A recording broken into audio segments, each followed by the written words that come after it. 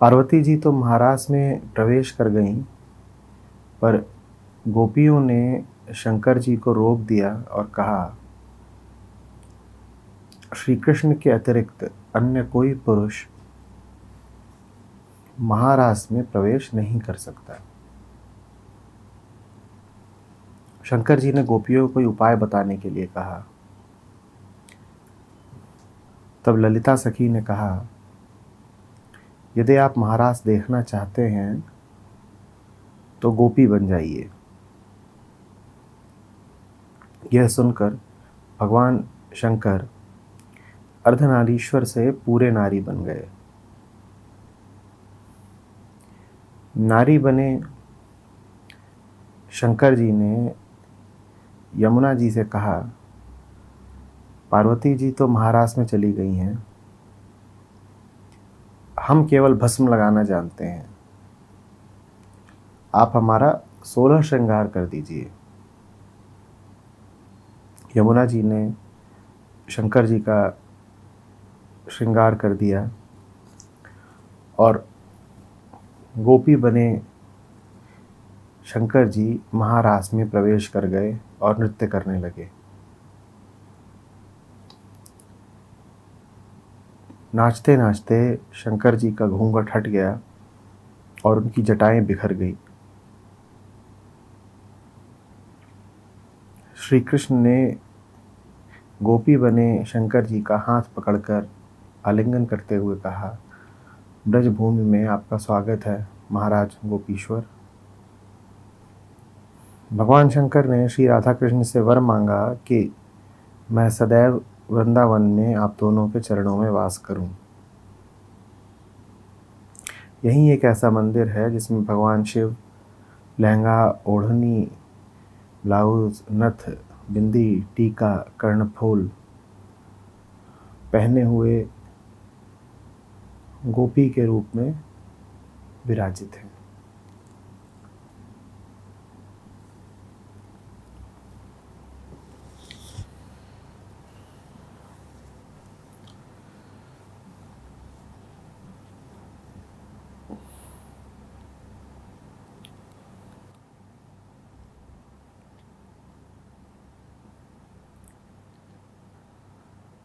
कहानी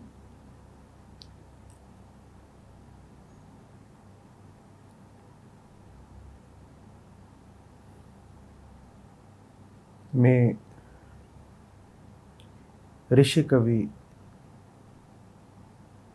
की कल्पना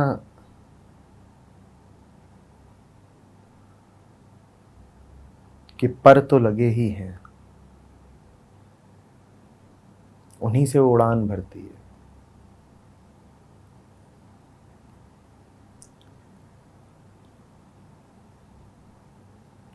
लेकिन कहानी के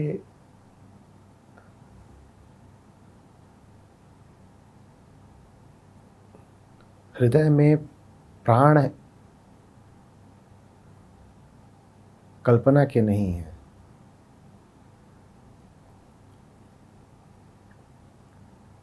कहानी के केंद्र में जो बात है वो कल्पना से कहीं ज़्यादा गहरी है।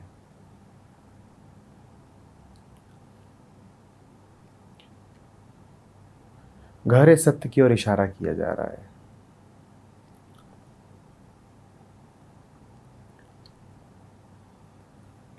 नृत्य है, रंग हैं, श्रृंगार है, उल्लास है, रास है।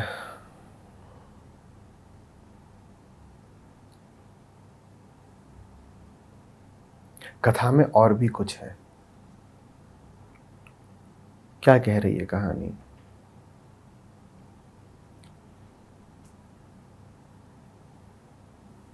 शंकर प्रतीक हैं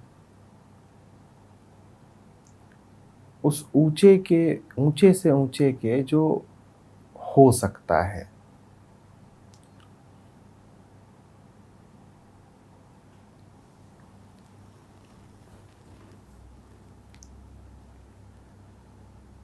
जगत के पार के सत्य का प्रतीक है शंकर। दुनिया से दूर कैलाश की चोटियों पर विराजते हैं। जगत से कोई लेना देना नहीं, जगत के पार।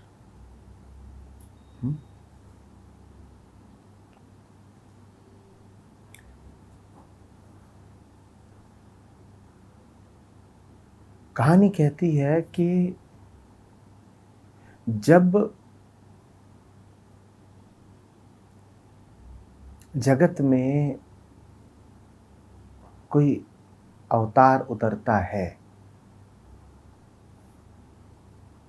जब यही संसार अवतार के स्पर्श से निर्मल होकर के अपनी नैसर्गिक अवस्था को प्राप्त होता है, तो ये संसार इतना सुंदर, इतना अद्भुत हो जाता है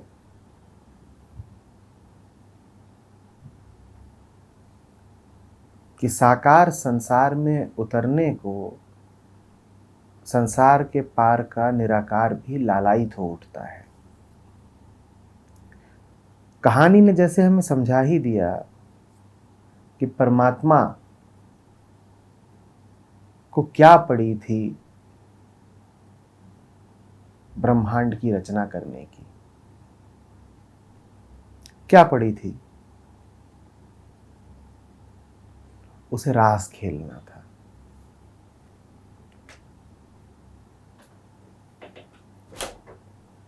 कहानी हमसे कह रही है कि साकार रास में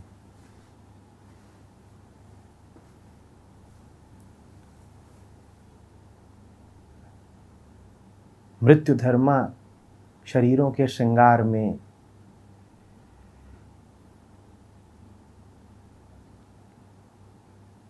मानवों के हृदयों के उल्लास में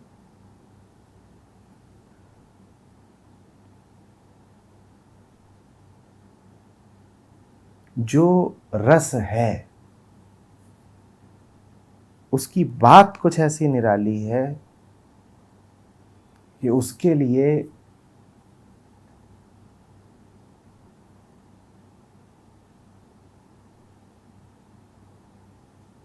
परम सत्ता भी तरसती है।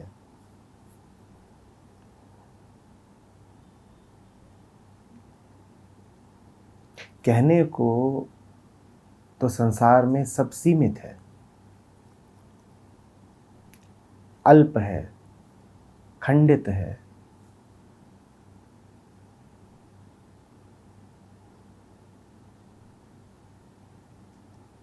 दुख है, अज्ञान है, कष्ट है,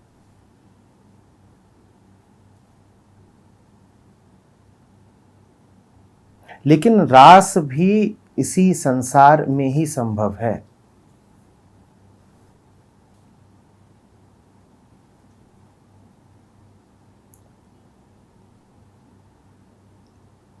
संसार न हो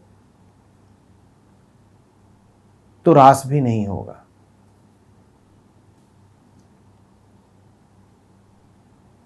और इसी रास की खातिर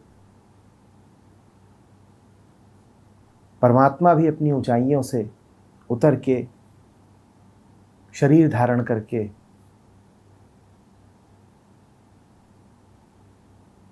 संसार में मनुष्यों का भेष बना के, मनुष्यों के नियम कायदों का पालन करके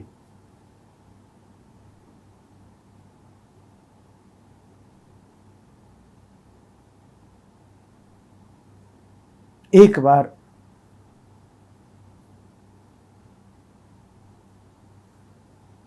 गोपियों की सी आम जिंदगी जी लेना चाहता है।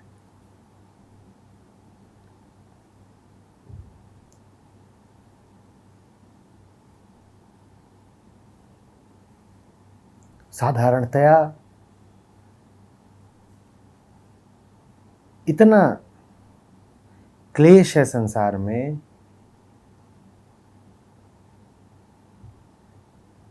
कि जिनमें जरा बोध था, जिन्होंने जाना समझा, उन्होंने यही कहा कि कहाँ फंस गए हो मलमूत्र में।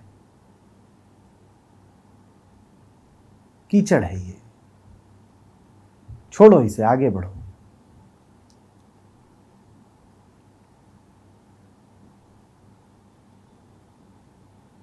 ये वो लोग थे जो निम्नतम तल से ऊपर के लोग थे। निम्नतम तल पर वो हैं तो कीचड़ में ही फंसे हुए हैं, वहीं दुर्गंध है, वहीं घाव है, वहीं कष्ट है, और उससे बाहर आना भी नहीं चाहते। निम्नतम तल पर आम संसारी है।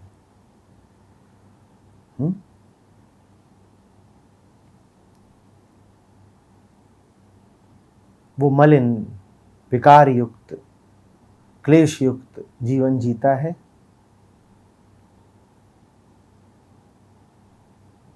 और उसके मन में कोई संभावना भी नहीं उठती है रिहाई की, मुक्ति की। तो जिन्होंने जरा समझा, उन्होंने कहा इससे बाहर आओ ना, क्यों अपनी दुर्गति करा रहे हो, कहां फंसे बैठे हो।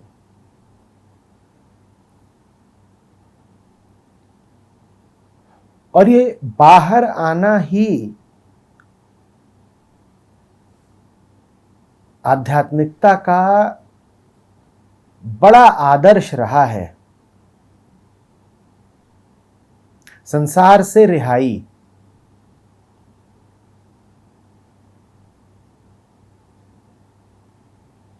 तो कभी हमने कहा जीवन मुक्त, कभी हमने कहा विदेह मुक्त। यही बड़े आदर्श की, बड़े गौरव की बातें रहीं। किसी तरह छूट जाओ संसार से।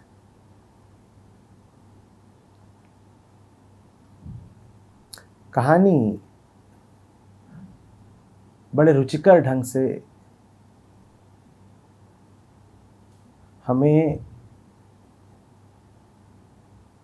उससे भी आगे की किसी संभावना की झलक देती है। वो संभावना ये है कि जो ऊंचे से ऊंचा हो सकता है,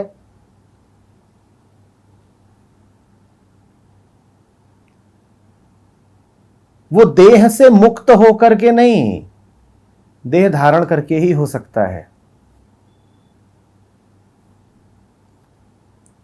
निराकार शिव शंकर बन के आए हैं। निराकार शिव शंकर की देह लेके आए हैं। और देह भी काफी नहीं थी, फिर देह पर वस्त्र भी धारण करने पड़े, और वस्त्र भी काफी नहीं थे। इतना ही नहीं था कि स्त्रियों के वस्त्र धारण कर लिए रास के लिए। जैसे श्रृंगार होता है वैसा श्रृंगार भी करना पड़ा।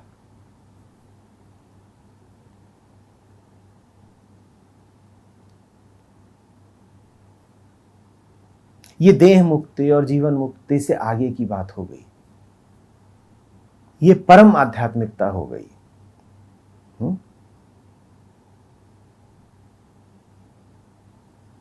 सबसे निचली बात कौन सी हुई कि मुक्ति की कोई संभावना ही नहीं है। मुक्ति कभी कौंधती ही नहीं, मुक्ति चाहिए ही नहीं। हम तो बंधे हैं, फंसे हैं, जैसे भी हैं, यही जिंदगी है, चल रही है।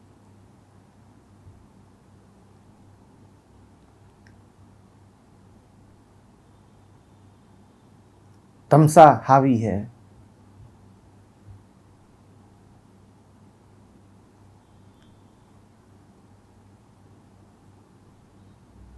अहंकार की सुरक्षा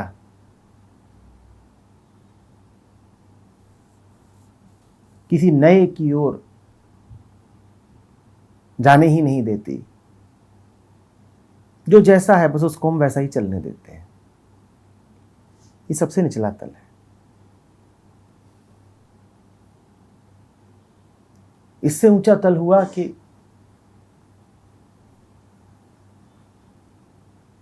तपस्या करेंगे, साधना करेंगे, जानेंगे, समझेंगे, स्वयं को गला देंगे।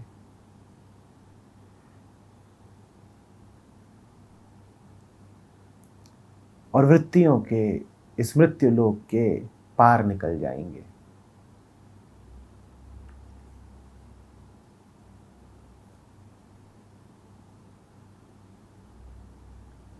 और अभी की इस कहानी ने हमसे कहा कि उससे भी ऊंची बात है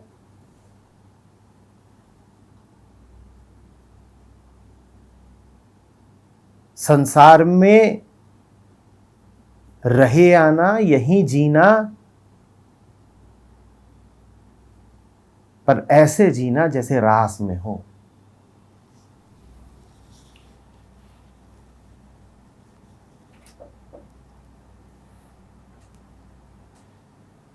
कोयले की खदान हो सकता है संसार, पर रास का हीरा भी उसी में मिलेगा आपको। और वो हीरा इतना कीमती है कि उसको पाने के लिए इंसान क्या, भगवान भी तरसते हैं। यही कारण है कि परंपरागत रूप से कभी कभी कहा जाता है कि देवता इत्यादि भी मनुष्य योनि धारण करने को लालायित रहते हैं।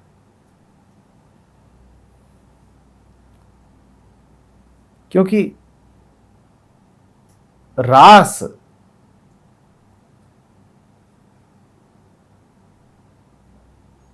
सिर्फ संसार में ही हो सकता है।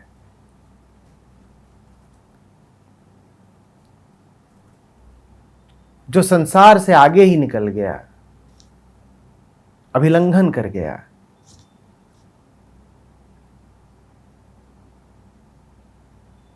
वो अपने दुख दर्द तो पीछे छोड़ देगा, लेकिन फिर यमुना को भी छोड़ देगा पीछे, और गोपियों को भी छोड़ देगा पीछे, और चांदनी रातों को भी छोड़ देगा पीछे, और कृष्ण की मुरली को भी छोड़ देगा पीछे।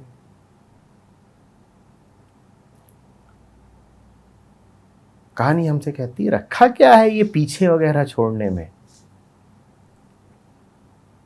और क्या पीछे छोड़ रहे हो? कोयले से मुक्ति पाने के लिए हीरे को भी पीछे छोड़े जा रहे हो। कबीर हमसे कहते हैं राम बुलावा भेजिया दिया कबीरा रोए, जो सुख साधु संग में सो बैकुंठ न होए। किसे जाना है बैकुंठ?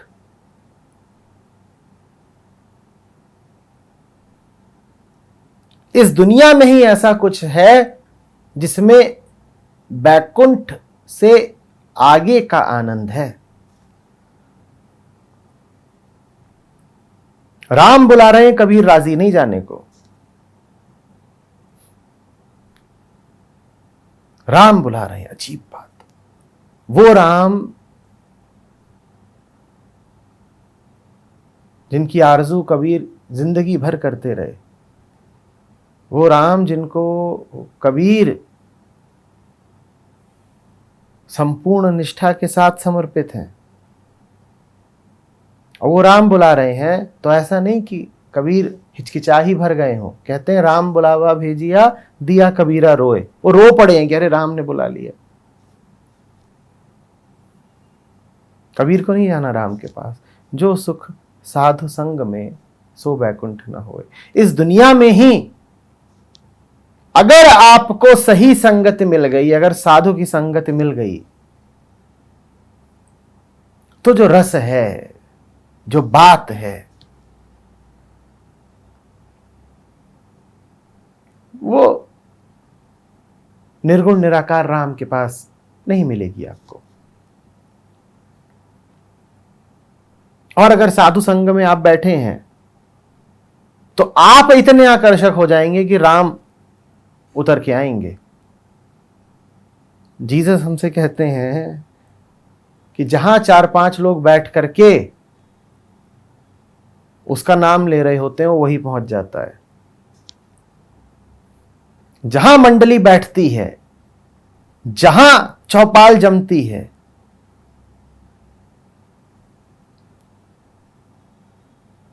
जहां रास उठा, वहां राम को भी उतरना पड़ता है, वहां शिव को भी उतरना पड़ता है।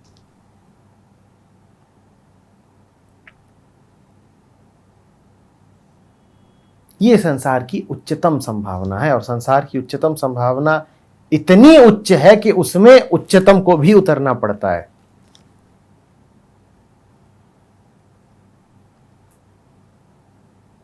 तो कृष्ण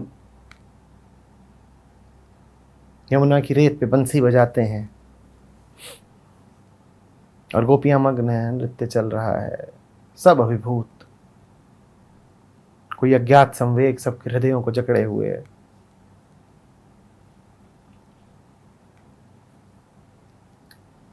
शिव से रहा नहीं जाएगा।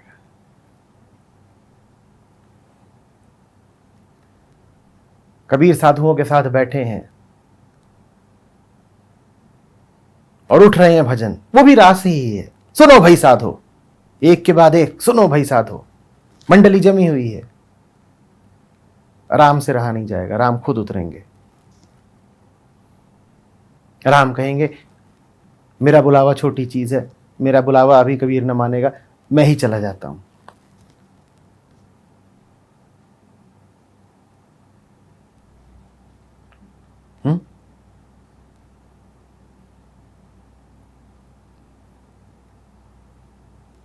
जीने के ये तीनों ही तरीके सबको उपलब्ध है। कहानी हमें बता देती है कैसे जीना है।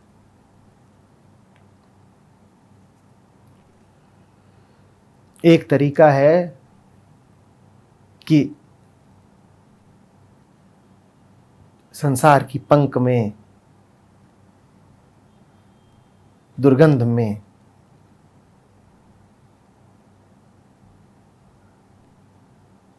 मल में लिपटे पड़े रहो और कह दो यही तो जीवन है,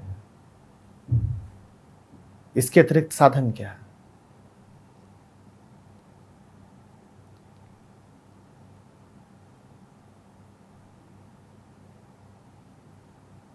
मुक्ति का कोई द्वार कहां।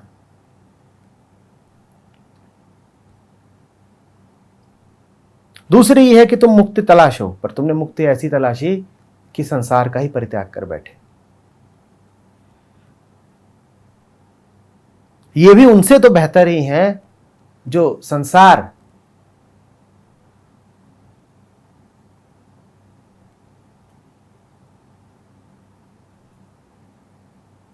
में लिपटे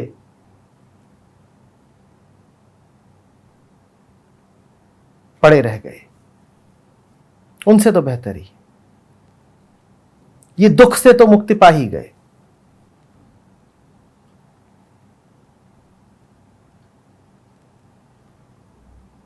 और इनसे ऊपर है वो जिन्होंने न सिर्फ दुख से मुक्ति पाई, अपितु भाव विभोर रसपूर्ण आत्मिक आनंद भी पाया। कहानी जरा भेद करती है इन दोनों स्थितियों में।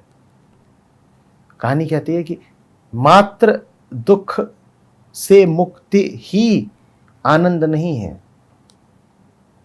दुख से मुक्ति और आनंद में अभी जरा सा फासला होता है। दुख से मुक्ति पूरे तरीके से नकार की बात है।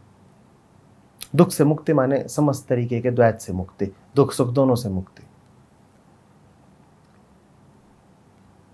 और आनंद में होता है कि दुख सुख से तो मुक्ति ही और मुक्ति की इच्छा से भी मुक्ति, ये जरा सा फासला है।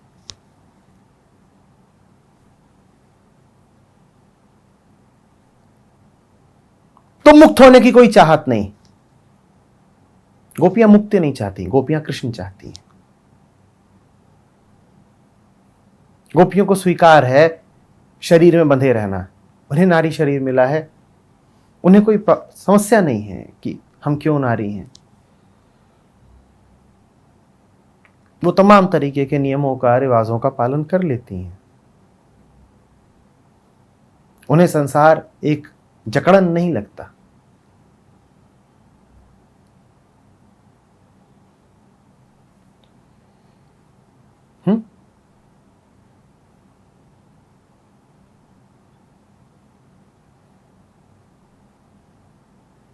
आनंद, जब मुक्ति भी नहीं चाहिए, जब सहर्ष तैयार हैं आप बंधन उठा लेने के लिए, आप ऐसे और इतने मुक्त हो गए हैं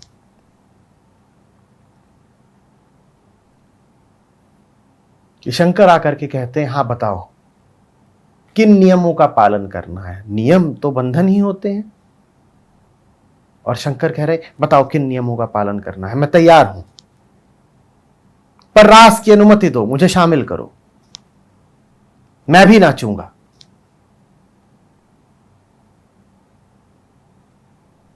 तुम कीमत बताओ। और गोपियां बड़े हक से कीमत बताती हैं। ललिता सखी कहती हैं, ये पुरुष वगैरह नहीं चलेगा, स्त्री बन के आइए। अर्थ समझते हैं? स्त्री बनने का अर्थ है पूर्णतया प्राकृतिक होकर के आइए।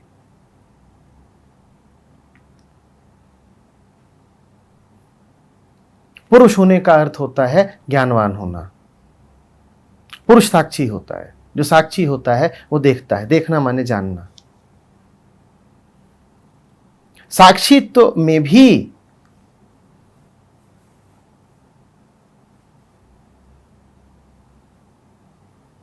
जरा सा ज्ञान तो बच ही जाता है। सब साफ हो जाता है, लेकिन अहंकार का एक जरा सा निशान तो छूट ही जाता है। कोई तो है जो जान रहा है। तीन अवस्थाएं होती हैं, तीनों को देखने वाला चौथा तुरीय साक्षी कहलाता है। लेकिन चूंकि साक्षी भी अभी आखिरी नहीं होता, पुरुष भी अभी आखिरी नहीं होता, तो इसीलिए फिर तुरीयातीत की बात करनी पड़ती है। वही कह रही हैं गोपियां, पुरुष होना नहीं चलेगा। पुरुष हो तो अभी अहंता है, लेश मात्र ही है, पर है तो।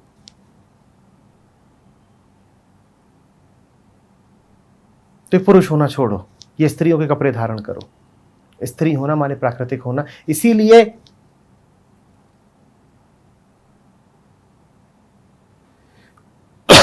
शिव का श्रृंगार करती हैं यमुना, नदी।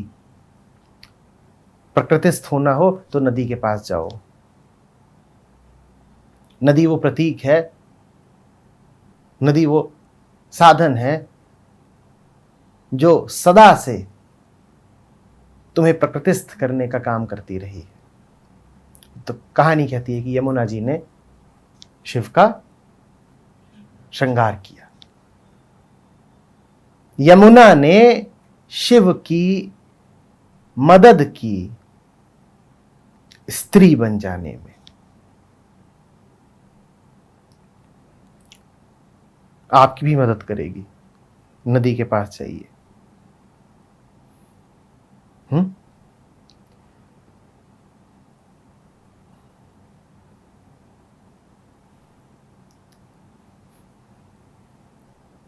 और फिर शिव प्रवेश करते हैं महारास में।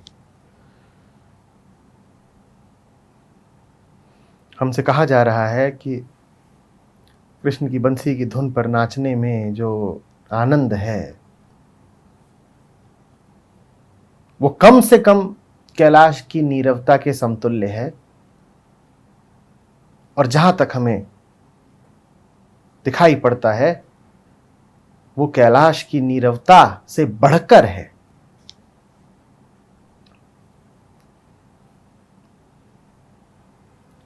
जब द्वैत का नृत्य होता है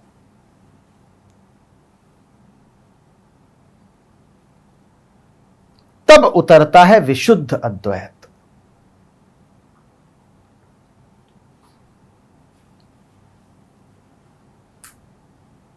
मात्र संसार की गहराई में समस्त प्रकार के द्वैतों के घर्षण में और आलिंगन में, आलिंगन के लिए दो चाहिए ना, द्वैत तो हो गया। समस्त प्रकार के द्वैतों के घर्षण में और आलिंगन में विशुद्ध अद्वैत संभव है।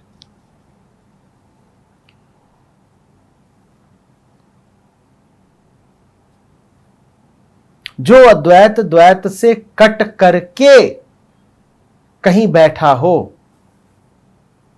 उसमें अभी कुछ बाकी छूट गया है,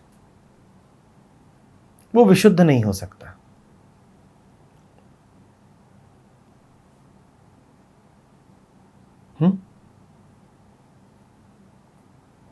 अद्वैत कुछ ऐसा हुआ जैसे मेहंदी की लाली। आप कहें मुझे तो लाली चाहिए, मेहंदी हटा दो, तो ये लाली बहुत दिन चलेगी नहीं।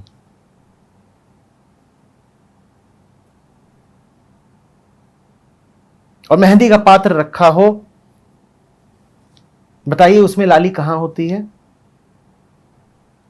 मैं फिर कबीर के पास जाऊंगा।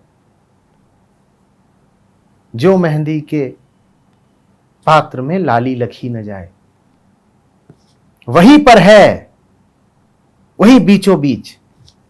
और तुम कहो नहीं मुझे तो बस लाली चाहिए, ये मेहंदी की पत्तियां और ये सारा झबार चाहिए ही नहीं, उपद्रव हटाओ, काम काम की चीज छोड़ो। ऐसा नहीं होगा। इसी तरह से अगर तुम कहो कि ना संसार हटाओ, काम काम की चीज छोड़ो, सत्य छोड़ो, वैसा नहीं होगा। मेहंदी रास है,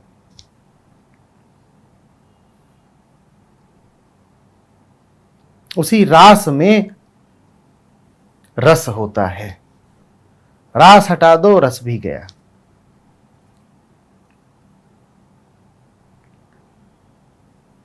मेहंदी हटा के लाली देखी है कभी? और हाथ पे लगा लेते हैं,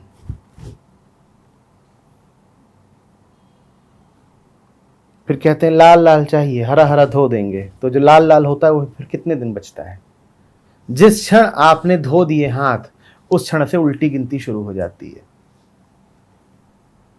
ये हाथ पर लगी मेहंदी भी फीकी पड़नी शुरू हो जाती है, कुछ दिन बाद उतर ही जाती है।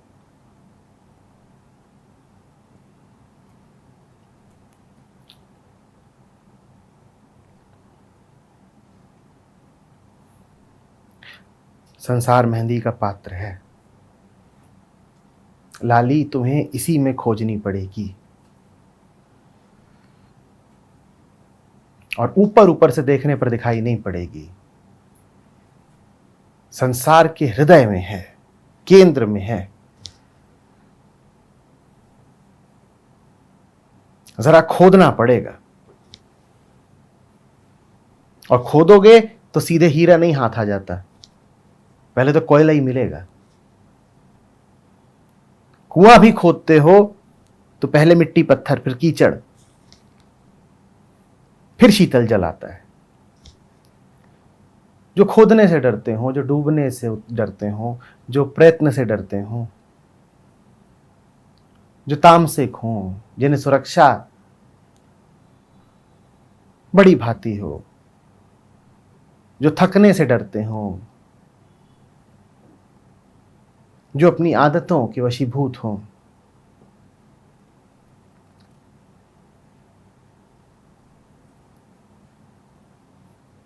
उन्हें हीरा तो छोड़ दो, कोयला भी नहीं मिलेगा।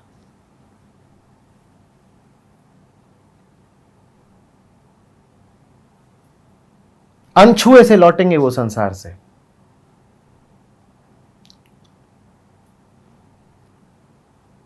बड़े गंदे लौटते हो तुम जब अनछुए लौटते हो, तुम्हें लगता है तुम साफ हो। पर बड़े गंदे लौटते हो। रास में जाने का अर्थ समझते हो? बेसुध हो जाना। प्रकृति की अपनी कोई व्यक्तिगत चेतना नहीं होती, वो तो किसी के इशारों पर चलती है। व्यक्तिगत चेतना माने विचार, व्यक्तिगत चेतना माने अहम की भावना।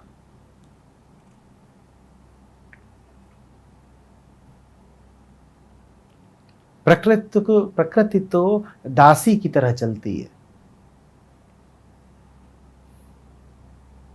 सूरज को कभी विचार करते देखा है कि ठहरा हो, सोच रहा हो? वो तो अपना चल रहा। जैसे कोई मालिक बोल गया है,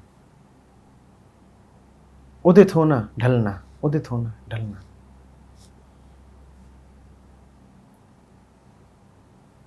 चांद कभी विचार नहीं करता, आज पूरा क्यों, आज आधा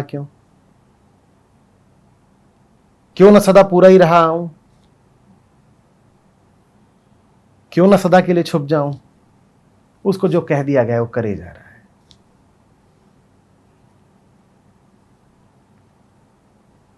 यहां तक कि तुम पशुओं को भी देख लो, जिसको जो कह दिया गया है वो वही कर रहा है।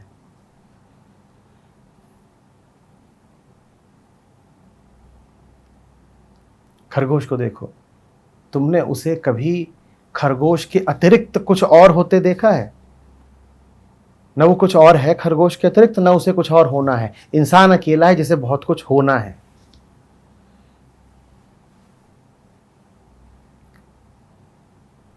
प्रकृतिस्थ हो जाने का अर्थ है कुछ और हो जाने की इच्छा से मुक्ति। प्रकृतिस्थ हो जाने का अर्थ है अपने जीवन की कमान अपने हाथ में लेने की इच्छा से मुक्ति। प्रकृति में सब कुछ विनीत है, झुका हुआ है एक के आगे। इसीलिए ललिता सखी ने शिव से कहा कि तुम स्त्री बनो, पहले प्रकृतिस्थ हो जाओ, पहले झुक जाओ। ये ऐसा नहीं है कि किसी शर्त का जबरन पालन कराया जा रहा है। सच तो यह है कि अगर स्त्री नहीं होगे तो तुम्हें रास में अनुमति दे भी दी गई प्रवेश की, तो तुम्हें रास का कुछ पता नहीं चलेगा। रास का अर्थ ही है बेसुध हो जाना, अपने ऊपर से अपना नियंत्रण छोड़ देना, किसी और की बंसी का गुलाम बन जाना। जो अपने मालिक खुद बने रहने को तत्पर हैं, जिन्हें अपना जीवन स्वेच्छा से चलाने का बड़ा शौक है, उनको सजा यह मिलेगी कि उन्हें रास कभी उपलब्ध नहीं होगा।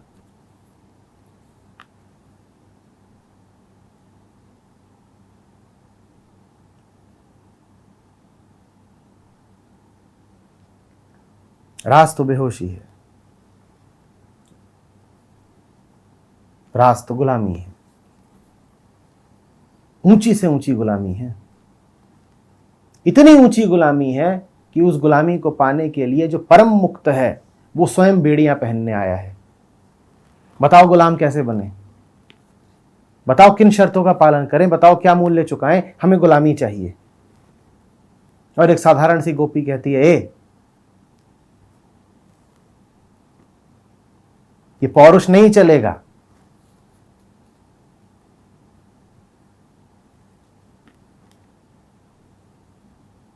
ये कठोरता नहीं चलेगी, ये मांसपेशियां नहीं चलेंगी।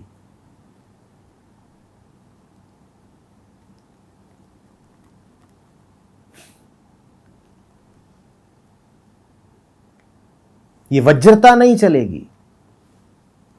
जाओ जरा लचक लेकर के आओ,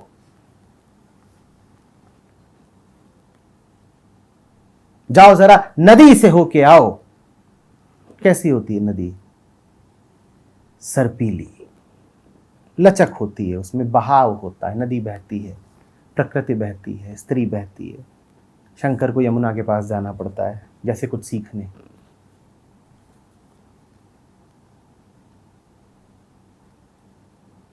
पार्वती को प्रवेश मिल गया था, शंकर अटक गए।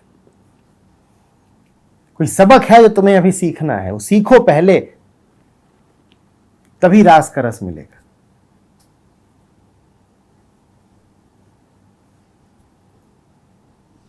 जाओ नदियों के पास, जाओ पशुओं के पास।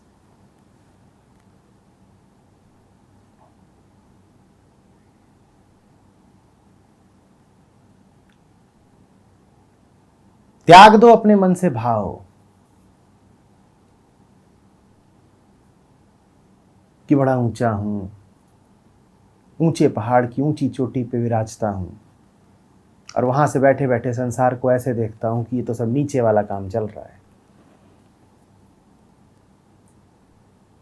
ऊंचे शिखर पर विराजमान है शंकर और नीचे देख रहे हैं, वो देखो वो प्रेम में विभूत है, वो देखो वो कष्ट से तड़पता है, वो देखो भावुक हुआ जा रहा है, वो देखो वो संसार में लिप्त है। गोपियों ने कहा हाँ हाँ हाँ, ये बड़ाई नहीं चलेगी।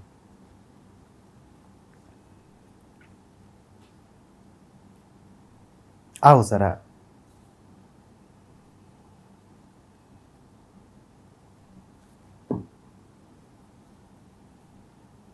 मिट्टी के हो जाओ, पार्थिव श्रृंगार करो।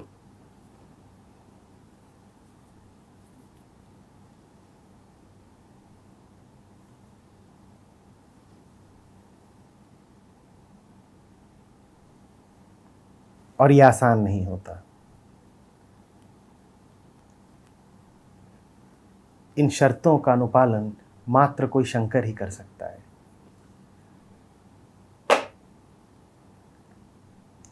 त्यागना छोड़ना कहीं ज्यादा आसान है रास में लिप्त होने से। त्यागने छोड़ने में सुविधा है,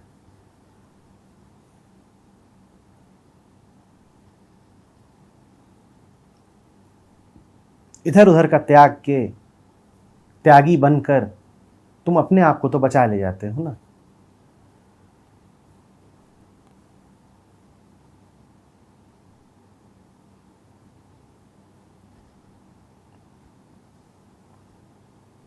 जो कुछ तुम्हारा है वो त्याग देते हो, जो कुछ तुम हो उसको धीरे से सरकाए लिए जाते हो, बल्कि उसमें कुछ जोड़ और लेते हो।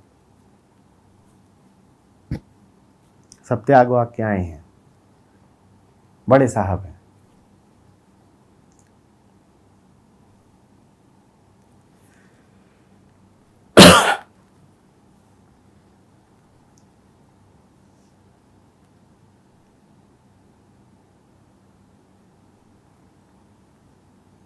रास कहता है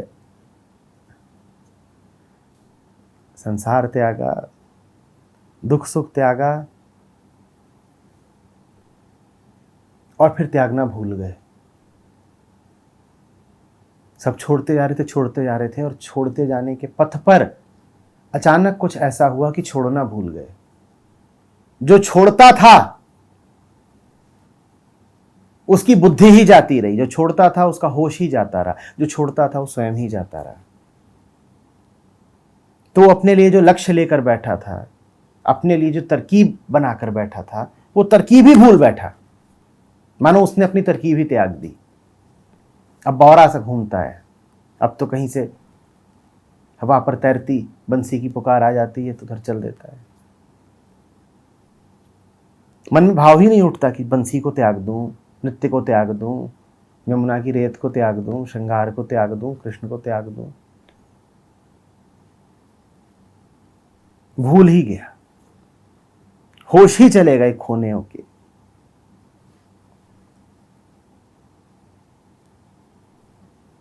होश में था तो खोने निकला था, फिर होश ही खो बैठा। अब किसको खोएगा? अब नाचता है। तुम नाच पाते हो?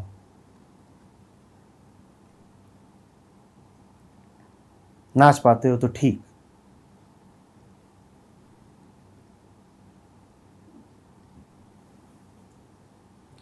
नहीं तो जन्म का रद्द कर रहे हो।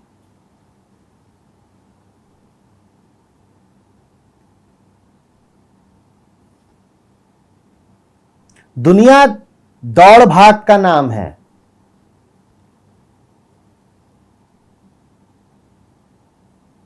कुछ होते हैं जिन्हें दौड़ने भागने की निस्सारता समझ में आती है, तो थम जाते हैं, खड़े से हो जाते हैं। उनके अनुसार उन्होंने यही बड़ा काम किया कि खड़े हो गए। और फिर कुछ होते हैं जो कहते हैं दौड़ भाग रहे थे, वो तो मूर्खता थी ही, पर इस खड़े होने में बड़ी ऊब है।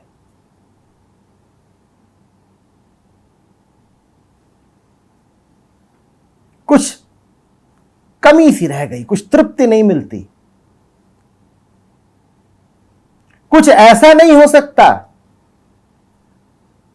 जिसमें दौड़ने भागने की भी बात हो और साथ ही साथ खड़े रहने की भी। कोई ऐसी अवस्था नहीं संभव है जिसमें दौड़ भाग भी हो, गति भी हो और साथ ही साथ परम स्थिरता भी। वो कहते हैं कि ये अभिशाप हमें मिले ही क्यों कि चुनाव करना पड़ेगा कि या तो दौड़ो भागो, गतिशील रहो, या स्थिर हो जाओ। वो कहते हैं नहीं, हमें तो दोनों चाहिए एक साथ।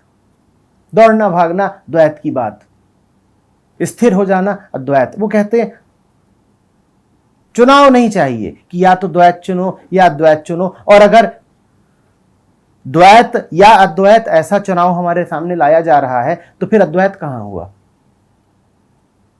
फिर तो द्वैत और अद्वैत किसी और द्वैत के दो सिरे हो गए, क्योंकि अद्वैत तो वो जिसका कोई विपरीत ना हो, जहां कोई चुनाव ना हो। तो कहते हैं ये बात हमें मंजूर नहीं कि पहले अंधी दौड़ में शामिल थे और अब उस अंधी दौड़ से अलग हट करके जड़ खड़े हो गए हैं। तो कुछ और चाहिए जिसमें गति हो, आवेग हो,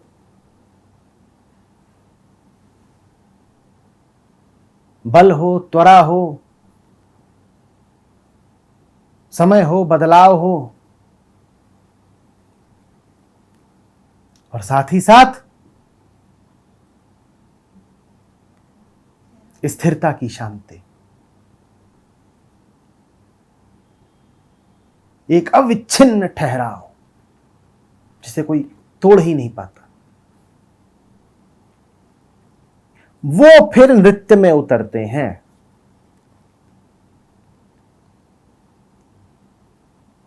नृत्य परम अद्वैत है क्योंकि उसमें द्वैत शरीक है। नृत्य में बाहर बाहर गति है और भीतर भीतर गतिहीनता। जो नृत्य में है वो परमात्मा के बहुत निकट हो गया, क्योंकि परमात्मा भी लगातार नाच ही रहा है। नटराज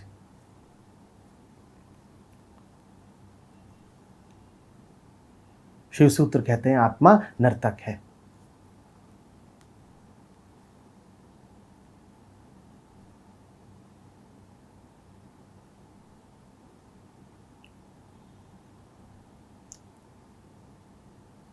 हृदय पर स्थिर है परमात्मा और परिधि पर गतिशील। ये ब्रह्मांड और कुछ नहीं है, परमात्मा की परिधि है। परमात्मा के नाच को अस्तित्व कहते हैं, ब्रह्मांड कहते हैं।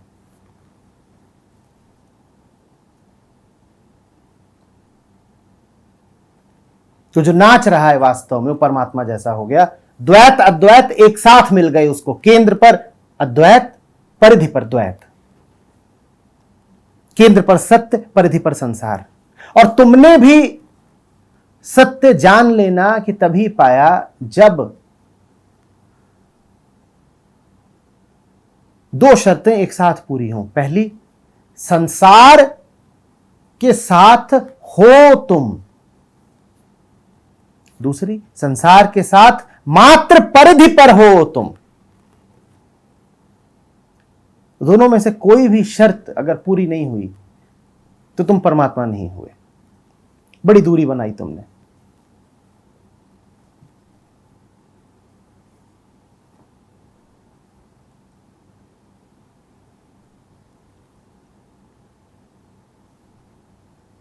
अहंकारी मन की सजा ये होती है कि वो नाच नहीं पाता। दौड़ भाग कर लेगा, लक्ष्य बता दो दौड़ जाएगा पाने के लिए, और उसे समझा दो कि दौड़ना भागना मूर्खता है, तुम ठगे जा रहे हो, तो ठहर भी जाएगा। मुश्किल से ठहरेगा पर ठहर जाएगा, क्योंकि बुद्धि के तल पर ही यह समझाया जा सकता है कि दौड़ने भागने में देखो गुलामी है। पर नृत्य के लिए बुद्धि को नहीं समझाया जा सकता। नृत्य के लिए तो बुद्धि का अतिक्रमण करना पड़ता है। जो खोपड़े से जीते हैं, जो मस्तिष्क के गुलाम हैं,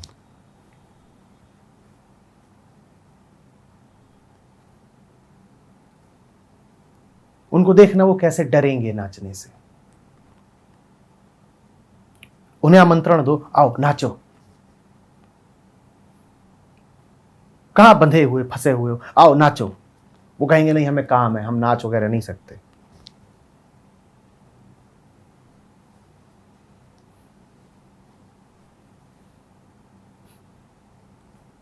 फिर सजा पाएंगे, सजा पाएंगे तो और सख्त हो जाएंगे। लोच जाती रहेगी, सख्ती बढ़ती रहेगी।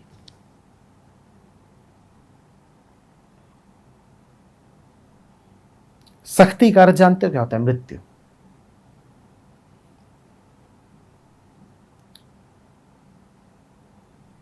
पेड़ की टहनी देखना, जब तक उसमें प्राण रहते हैं उसमें लचक रहती है। काट दी जाती है सख्त पड़ जाती है। मुर्दा तक सख्त पड़ जाता है।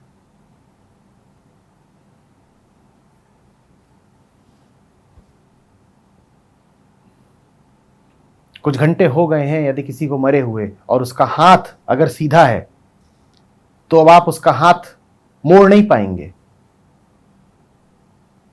जिस हालत में वो मरा था, हाथ सीधा था, टांग सीधी थी, तो वो सीधी ही रह जाएगी। नाच का मतलब होता है मुड़ने की, तोड़ने की तैयारी। नदी जैसा हो जाने की विनम्रता कि पत्थर सामने आया तो मुड़ गए। सख्ती नहीं है, विरोध नहीं है, जीवन का नकार नहीं है, जीवन की खिलाफत नहीं है कि जीवन आमंत्रण दे रहा है और मना कर रहे हैं। जो व्यक्ति नृत्य में नहीं उतर सकता उसकी एक पहचान ये होगी कि वो जीवन के आमंत्रण ठुकराने में बड़ा यकीन रखेगा। आप उसे आमंत्रित करिए, उसके पास एक ही जवाब होगा, ना।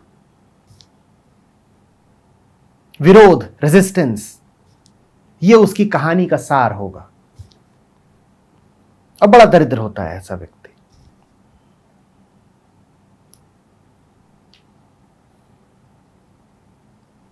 जीवन उसे लगातार आमंत्रित कर रहा है और उसके पास एक ही जवाब होता है, ना। क्या जवाब होता है? ना।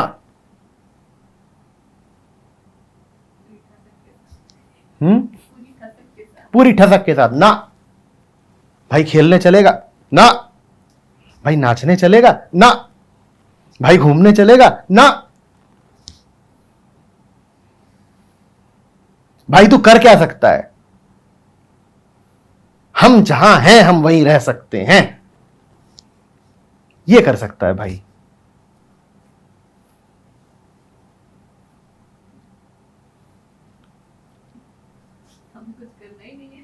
भाई ऊंचों में परम ऊंचा है, मूर्खों में उसकी जमात दूसरी है।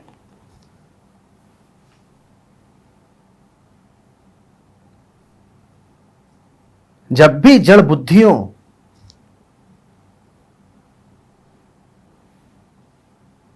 की कतार बनाई जाएगी, भाई को उसमें विशेष सम्मान के साथ सबसे आगे खड़ा किया जाएगा।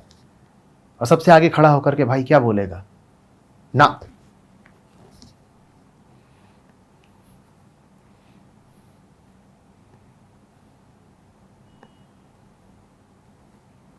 रिदम नाचेगी।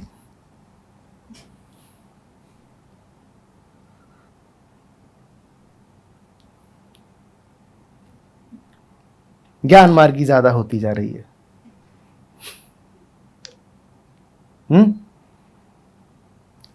या भाइयों की सोहबत का असर है?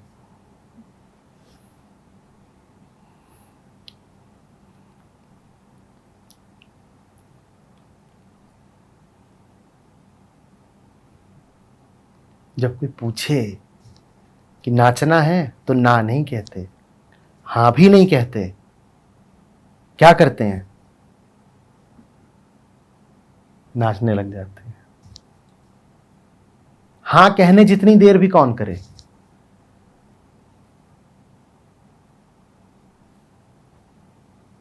और हाँ ना के चक्कर में पड़ेगी तो भाई जैसी रह जाएगी।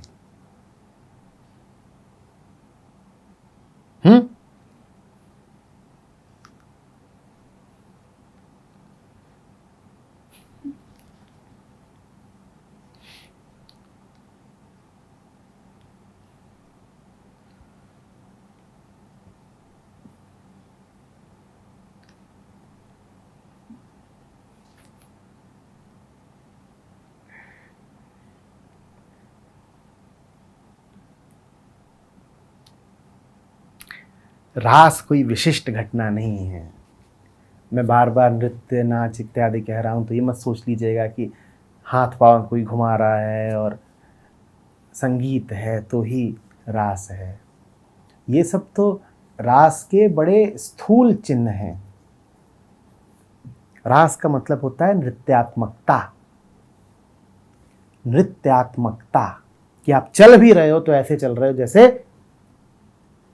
नाच रहे हो, कि आप बैठे भी हो तो ऐसे बैठे हो जैसे नाच रहे हो, कह रहे हो, सुन रहे हो, पढ़ रहे हो, आ रहे हो, जा रहे हो, खेल रहे हो, कूद रहे हो, जो भी कर रहे हो उसमें एक सौंदर्य है, एक अकथनीय विलास है जिसे परिभाषित नहीं किया जा सकता। यह है नृत्यात्मकता। जीवन में नृत्यात्मकता होनी चाहिए।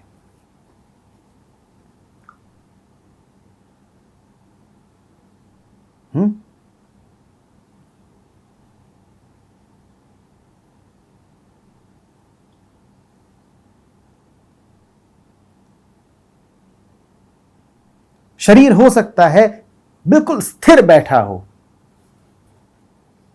बिल्कुल स्थिर, और तब भी आप नृत्य में तल्लीन हो।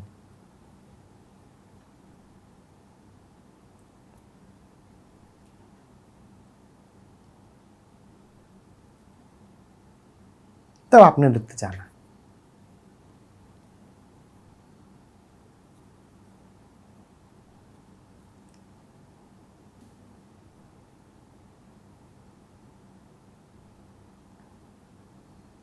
नृत्य ये नहीं है कि दो चार कलाबाजियां सीख ली,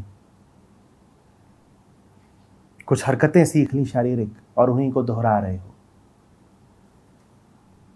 अभ्यास कर करके उन पर महारत हासिल कर ली तो देखने में जरा आकर्षक लग रहा है। टीवी इत्यादि पर ये टैलेंट शोज और रियलिटी शोज में जो देखते हैं उसे नृत्य नहीं कहते, वो कोई बहुत ही भौंडी गतिविधि है।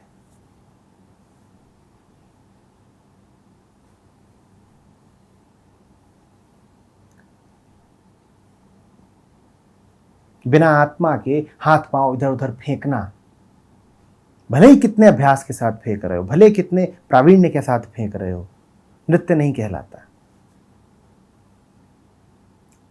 टीवी पर आप देखिएगा तो छोटे छोटे बच्चे होते हैं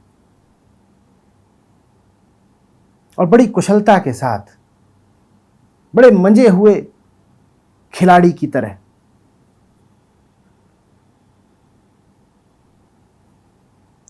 जितने कदम होते हैं, जितनी क्रियाएं होती हैं,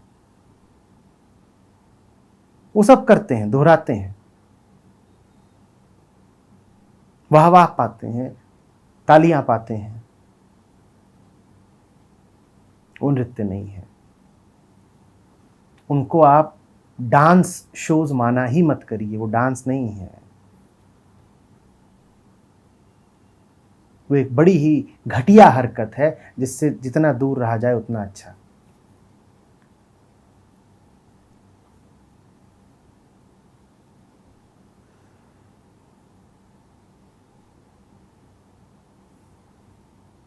बुद्ध अगर चल भी रहे हैं तो नृत्य है, और टीवी पर जो नाचते हैं वो नाच भी रहे हैं तो नृत्य नहीं है।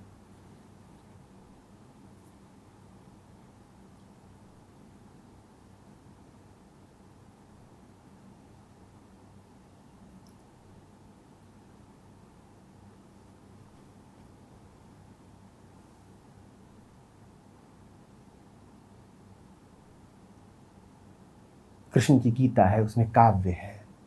काव्य क्या होता है? काव्य होता है शब्दों का नृत्य,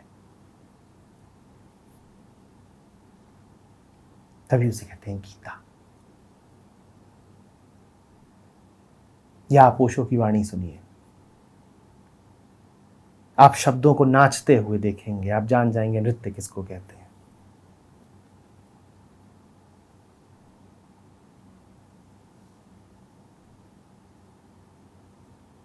या जपजी साहिब पढ़िए, या कबीर का कोई भजन, आप जान जाएंगे नृत्य किसको कहते हैं।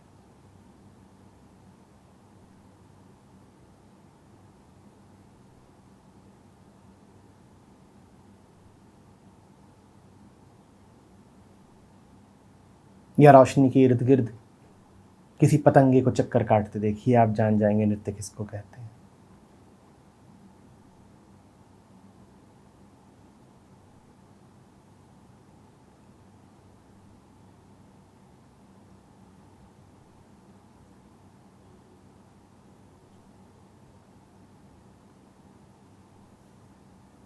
बरसात की कोई रात हो, घने बादल हों और खिला चांद हो उनके पीछे, और बरसातों में अक्सर बादल बड़ी तेजी से गति करते हैं। आप लेट जाइए आसमान की ओर मुंह करके, बादल बादल रहेंगे, घिरे रहेंगे, अचानक आसमान खुलेगा, थोड़ी देर को चांद नजर आएगा, चांद के सामने से गति करते हुए बादल गुजर जाएगा, चांद पूरा स्पष्ट हो जाएगा, फिर एक दूसरा टुकड़ा आएगा तो चांद को आच्छादित कर लेगा। आप जान जाएंगे नृत्य किसको कहते हैं। सब नाच रहे हैं।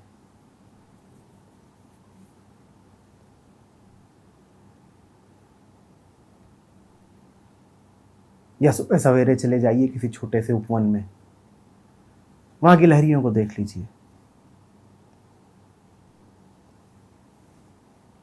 वो तो नृत्यरत ही रहती हैं और गाती भी रहती हैं। क्या गा रही हैं शब्दों से नहीं समझ पाएंगे। एक ऊपर चढ़ी, एक नीचे उतरी, एक दाएं गई, एक बाएं गई, फिर अचानक दो आमने सामने आएंगी और नाक से नाक मिला करके दो क्षण को रुक जाएंगी, कुछ बात होगी, कुछ आदान प्रदान हुआ, और फिर एक इधर निकली, एक इधर निकली, और फिर अचानक एक खड़ी हो गई, उसके हाथ में कोई फल आ गया, दो क्षण उसने उसको चबाया, फिर आगे बढ़ी, जोर से भागी, अचानक ठिठकी, ठिठक के रुक गई है, और रुकी हुई है, रुकी हुई है, रुकी हुई है, रुकी हुई है। और जब आपको लगता कि रुक ही गई तो अचानक फिर द्रुत गति। ये नृत्य है, किसी ने इसके कायदे नहीं निर्धारित किए, किसी ने नहीं बताया कि ऐसा कदम, फिर ऐसा कदम, फिर ये करो, फिर ये करो।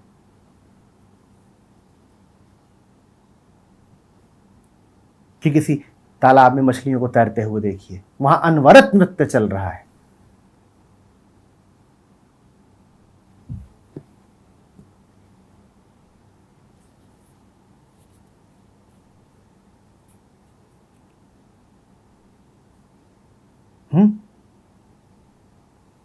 बड़ी मछली, छोटी मछली, काली मछली, पीली मछली, ऊपर मछली, नीचे मछली, सारी मछलियां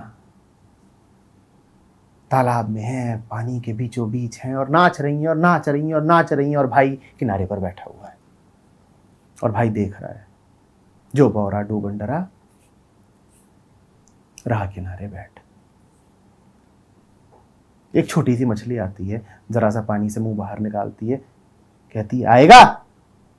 भाई कहता है ना।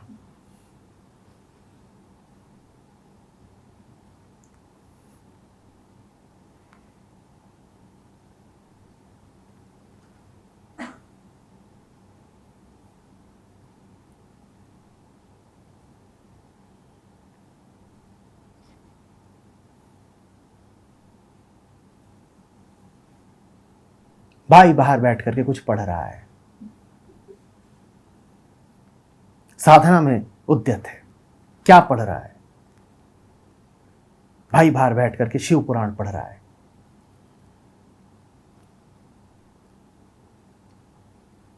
भाई आजकल पुराण इत्यादि पढ़ता है। भाई को पता ही नहीं कि डूब जाए तो शिव वहीं तालाब में अंदर विराजे हुए मछलियों के बीच में है, नृत्य कर रहे हैं। नृत्य के मध्य ही शिव पाए जाते हैं। कहानी यही बता रही है, जहां रास होगा शिव वहां खींचे चले आएंगे, बीच में पाओगे। बाहर बैठ करके पुराण पढ़ोगे तो नहीं पाओगे।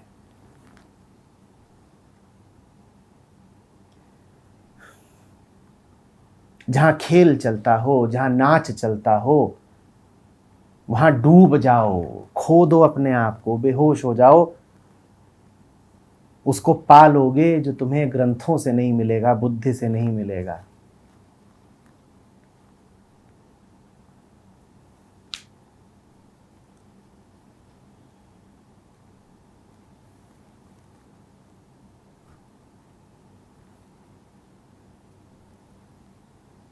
मोटी मछली, गोरी मछली, काली मछली, खबोड़ मछली, सब तरह की मछलियां हैं। और सब क्या कर रही हैं? कुछ खा भी रही हैं रुक के बीच में। वो खाना भी नृत्य है। जीवन ही नृत्य है, यदि जीवन के केंद्र में कृष्ण बैठे हैं।